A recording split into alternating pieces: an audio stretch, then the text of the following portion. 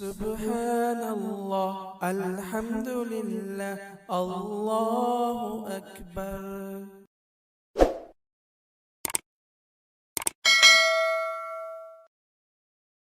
بسم اللہ الرحمن الرحیم۔ کٹے ہوئے ناخنوں کا کیا کریں؟ ناخن کاٹنے کے بعد ان کو دفن کرنا مسنون ہے۔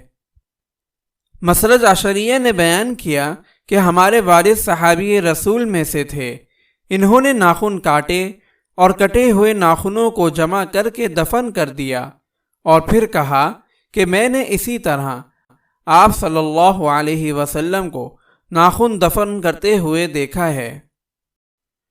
فائدہ: کٹے ہوئے ناخنوں کو دفن کرنا مسنون ہے۔ اگر ان کو دفن نہ کر سکتے ہوں تو کسی محفوظ جگہ ڈال دیں، لیکن گندی اور نجس جگہ ڈالنے سے بچیں۔